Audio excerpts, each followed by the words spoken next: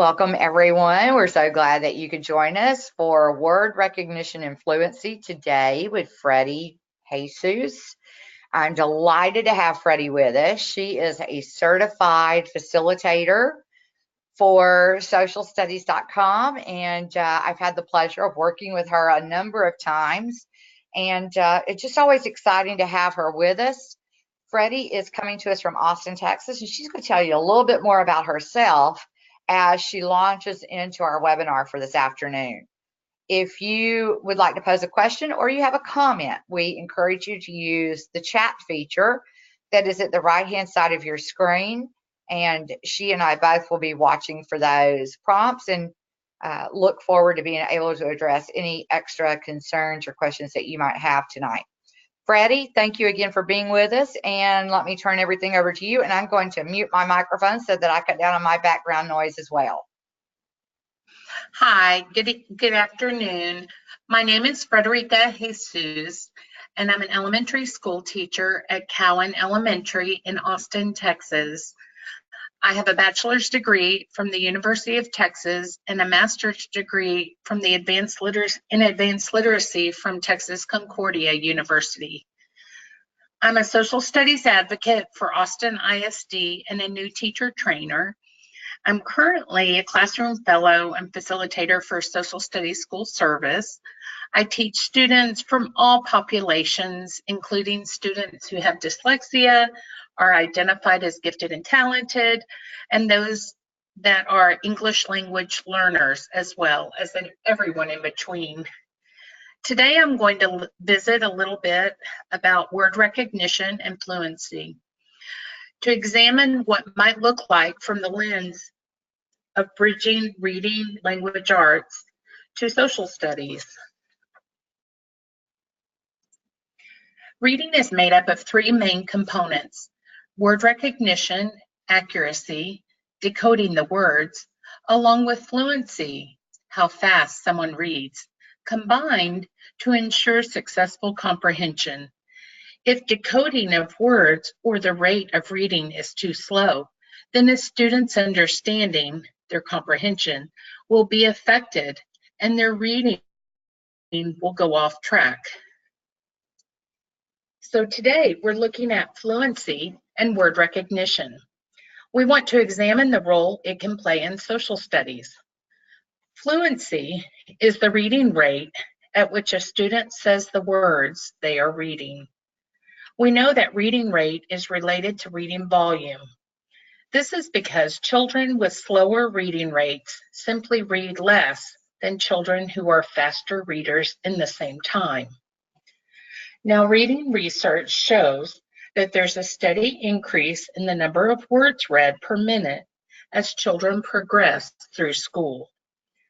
The increases are larger in the elementary school years than in middle and high school years.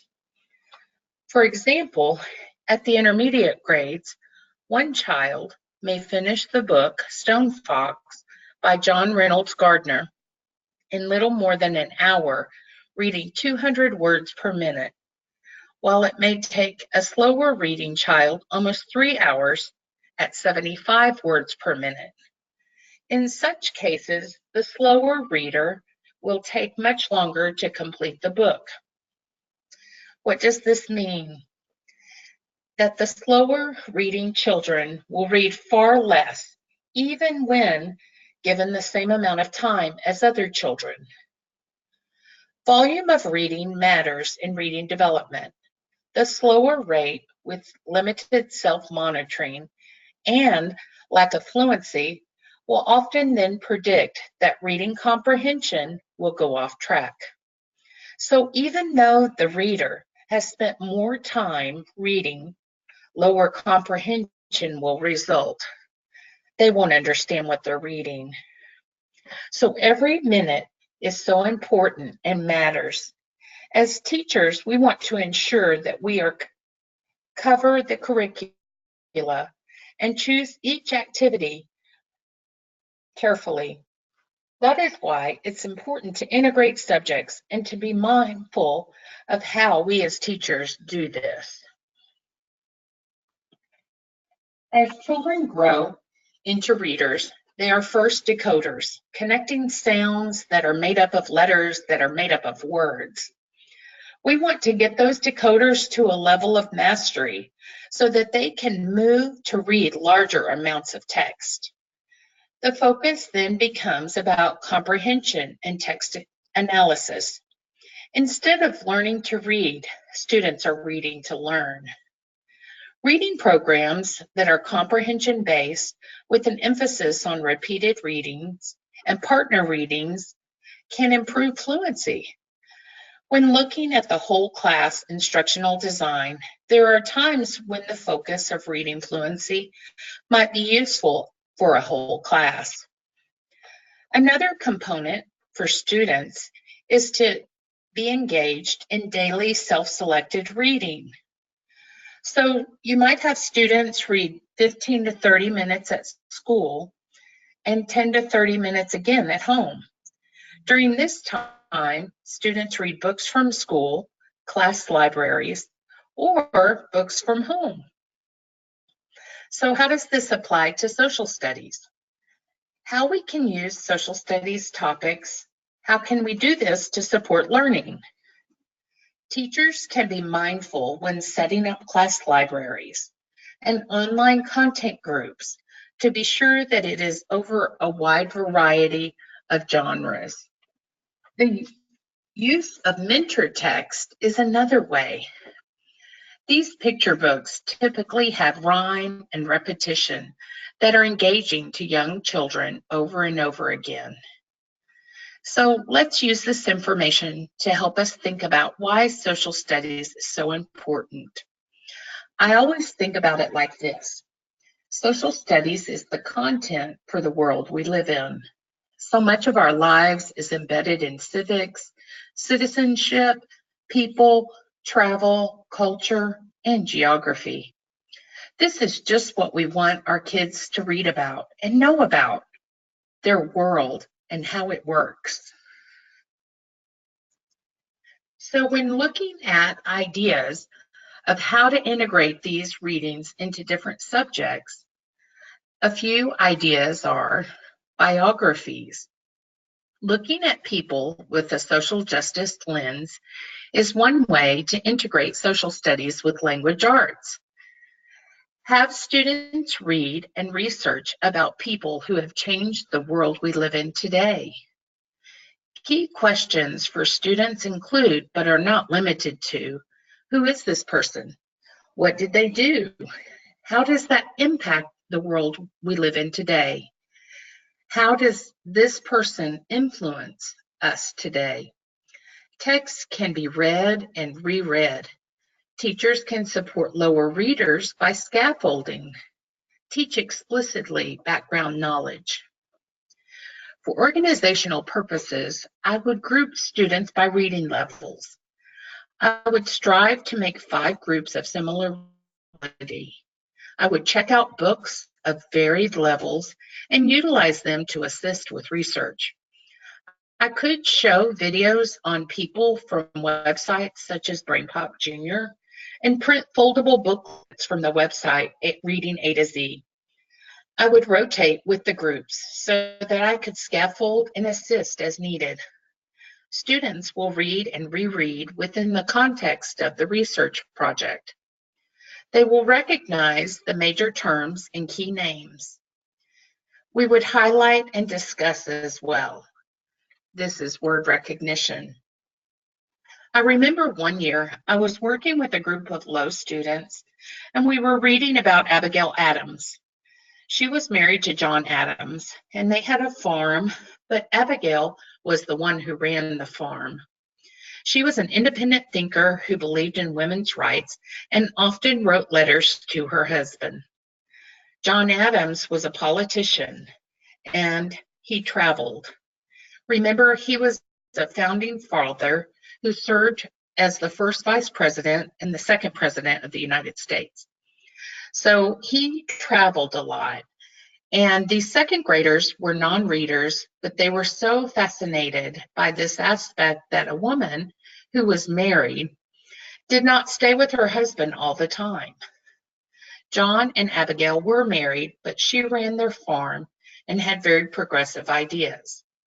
My students were from very non-traditional families themselves.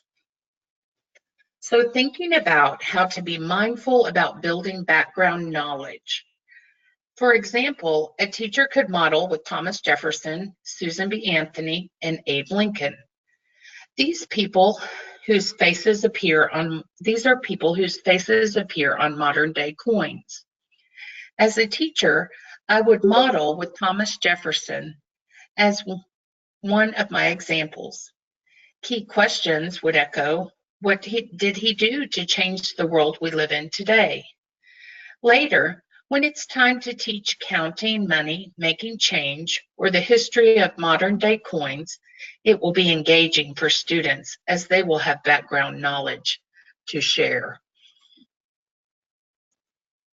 Other ideas for integrating social studies people are in math. For example, when looking at money in math, using Susan B. Anthony, Thomas Jefferson, or Abe Lincoln, the children will recognize the names and the important things they stood for. Students learn about math historians, such as John Napier. They can make Napier's bones in learning about calculations and multiplication and use them in math class today. They will have such an experience when they remember who he was and his contribution to math. Timelines and elements of time are other focal points. How did we keep time in the past versus the present? These are all key concepts. So switching gears, let's look at the use of maps. Students studying location and places will work to name names of states, borders, and boundaries. Whether using a resource like Stratologica or a wall map, students can look up states, countries, or continents. Students can review and analyze resources and exports. By naming and reviewing places and in context, students will recognize these places and the cultures surrounding them.